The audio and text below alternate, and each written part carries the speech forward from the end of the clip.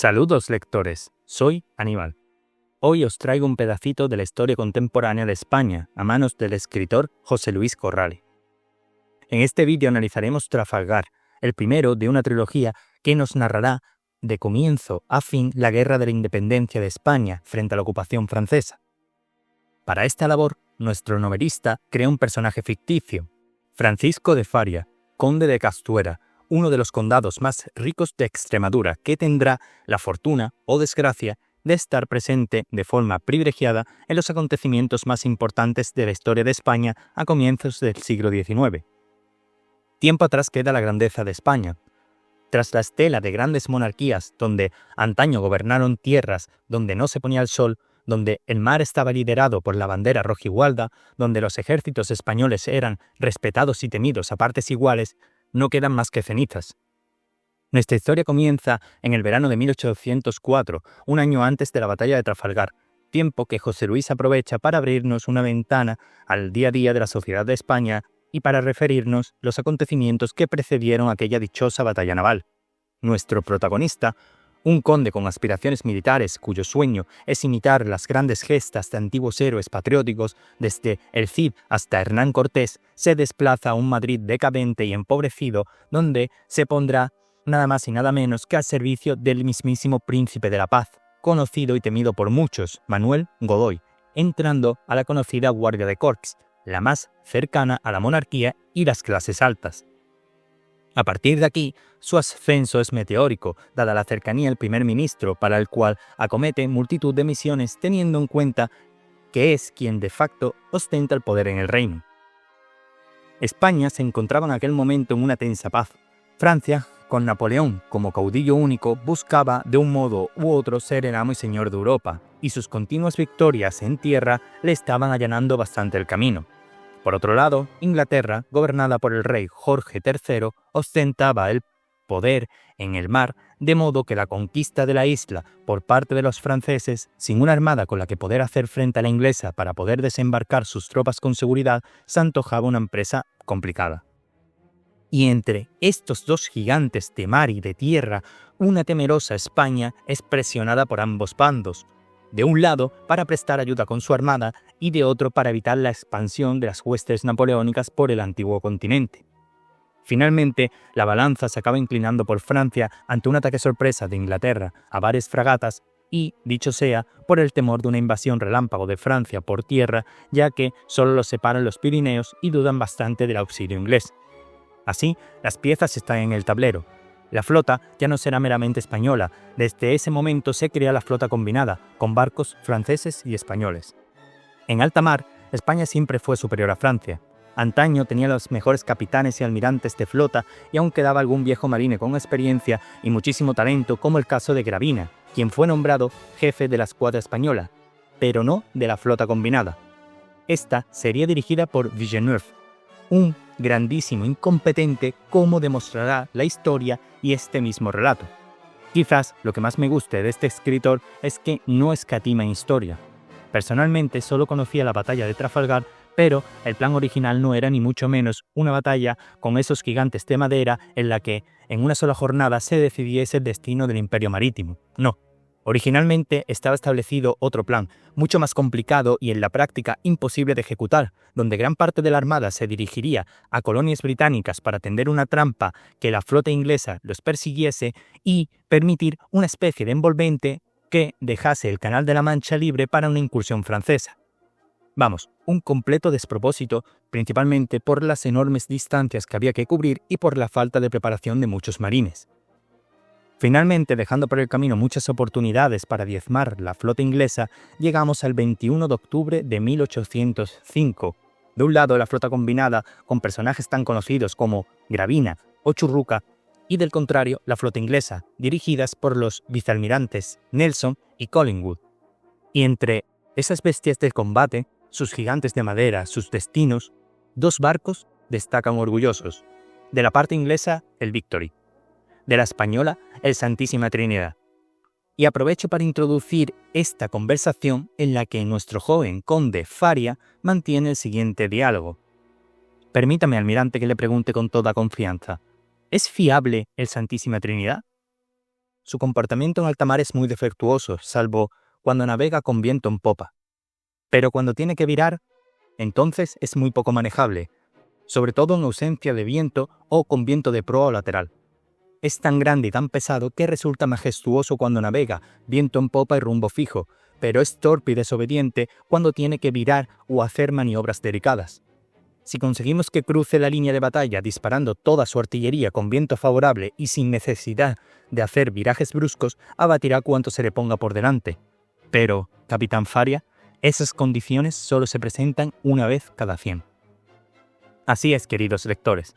El Santísima Trinidad era un barco imponente, el único de todas las flotas europeas que tenía sus flancos pintados en rojo, negro y blanco, el único con 4 puentes de cañones, 136, capaz de vomitar fuego al consumirse cada mecha. Era un símbolo, el orgullo del imperio marítimo español, capaz de amedrentar y atemorizar al enemigo. Pero, como otros muchos símbolos, no todo lo que reluce es oro. Es un barco tosco, desobediente y difícil de manejar que funcionaba bien solo en ocasiones. Narraré más detalles de esta batalla, pues todos sabemos cómo acaba. El Imperio Español pierde su flota en una tremenda derrota contra los ingleses que vivimos junto a Fernando de Faria como espectador privilegiado de esta batalla al haber participado en ella. Personalmente me gusta bastante cómo está narrado todo. Las estrategias que se siguieron, los barcos que participaron, los detalles minuciosos con los que te sumerge el relato. Personalmente me encantó la novelización de la muerte de Churruca, que me permito desvelaros aquí. Una bala de cañón le arrancó la pierna de Cuajo justo por debajo de la rodilla. Churruca se limitó a decir: «Esto no es nada, que siga el fuego». Pero el valeroso marino no podía tenerse de pie sobre una sola pierna. Sus oficiales quisieron llevarlo a un lugar más seguro, pero Churruca ordenó que le vendaran el muslo seccionado, le aplicaran un torniquete y trajeran un barril lleno de arena. Ante el asombro de todos, Churruca ordenó que le ayudaran a colocar el muslo de la pierna que había perdido y clavarlo dentro del barril de arena mientras apoyaba la otra pierna firme sobre el suelo. «No podré caminar, pero sí mantenerme en pie», dijo, y el brigadier siguió dirigiendo a sus hombres desde su puesto de combate con un barril de arena como sustituto de la pierna que había perdido mientras se desangraba lentamente. Para contar el resto del relato seré más escueto y par con detalles. Esta derrota trajo terribles consecuencias para España. Con ella se hunde prácticamente la totalidad de la flota que aún servía para mantenerse a flote, pues desde hacía años no se construían nuevos barcos debido a las grandes deudas de la corona. Además, el comercio con las Indias, que ya de por sí había menguado bastante, pues las minas de plata y oro no rendían como antaño, empeoró, pues gran parte del comercio marítimo se debilitó. Los productos subieron de precio, la población se empobreció más si cabe, y en el reino, poco a poco, el pueblo y algunas clases nobles luchaban e intrigaban por el ascenso al trono de Fernando VII, empezando a ser apodado como el deseado, para lo cual Carlos IV debía de abdicar en él. Todo este relato ganaba fuerza ya que esta coronación quitaba del tablero de juego a Godoy, quien para muchos era el único y principal responsable de las desgracias del pueblo español. Mientras tanto, entre página y página se filtran las victorias de Napoleón en campo abierto, contándonos cómo poco a poco toda Europa se pliega ante su poder. Y, si España ya no tiene flota, ¿para qué quiere Napoleón esta alianza? Así, con la excusa de entrar en Portugal para conquistarla y así frenar y cortar el comercio de Inglaterra con Europa, sabedor de que no es posible vencerla en mar, y la promesa de reparto de Portugal entre ambos reinos independientes, 120.000 soldados franceses entran en España, con un acuerdo previo firmado por Godoy y refrendado por Carlos IV, y estos ocupan las principales plazas fuertes del país. Todo este escenario es caldo de cultivo para que finalmente la guerra de sucesión estalle. En resumen, Fernando VII consigue la abdicación del padre y como soberano, cobarde y poco inteligente que es, persigue la aprobación de Napoleón. Viaja a Francia y el emperador del viejo mundo tiene otra idea en mente. No solo no aprueba su coronación, le convence para abdicar de nuevo en su padre Carlos IV y que éste pase los derechos del trono a Napoleón, de modo que la casa de los Borbones en España llegue a su punto y final. Francisco de Faria está presente en esta conversación. La imagen da tanta vergüenza ajena como se nos describe. La situación de Fernando VII era estremecedora. El rey de España había perdido toda su dignidad y se arrastraba, suplicante, ante un general francés que lo trataba como si estuviese aconsejando a un niño de cómo comportarse en público. A pesar de los gobernantes que a los pobres españoles les ha tocado sufrir, este pueblo, aparentemente olvidado por los nobles, por sus gobernantes, no se dejará intimidar. En las calles se están preparando las antorchas, las hoces, las piedras, se levantan barricadas, se reúnen gentes para clamar contra la ocupación. Poco a poco va surgiendo un grito, independencia, y Fernando de Faria viaja de nuevo a España para ayudar en esta guerra contra el enemigo francés. Y con esto concluye la primera parte. Estamos ante un catedrático de historia. Este hombre sabe bastante y se nota. Por ello, en algunos puntos, el relato puede hacerse pesado, ya que profundiza demasiado en algunos puntos. Eso sí, el que quiera aprender, aquí tiene una obra que desmenuza de forma entretenida este convulso comienzo de siglo. Me he saltado los amoríos y los líos de falda de Faria que no aportan nada al relato desde mi punto de vista. He obviado otros personajes que asaltan el relato, como el pintor Goya, el dramaturgo y poeta Moratín o su inseparable sargento Morales, otro personaje ficticio que acompaña a nuestro protagonista. También me gusta la metamorfosis que Fernando de Faria va sufriendo a lo largo de la obra, donde poco a poco los ideales libertarios van penetrando en su mente y en su vida, que le llevarán a soltarse de la lengua en más de una ocasión y que estoy seguro que terminará de perfilarse en las siguientes entregas. Por ello, pienso que tenemos un protagonista muy vivo. Menciono poco a Godoy, pero evidentemente está detrás de cada decisión, de cada intriga y de cada conversación. Estoy seguro que la segunda parte no me dejará de sorprender. Hasta entonces, y para terminar, querido lector, déjame decirte que Trafalgar es mucho más que el relato de una batalla. Es el grito desgarrado de una nación en lucha, el estruendo de los cañones que marcaron el destino de imperios, el eco de los hombres que se enfrentaron a la tormenta sin mirar atrás.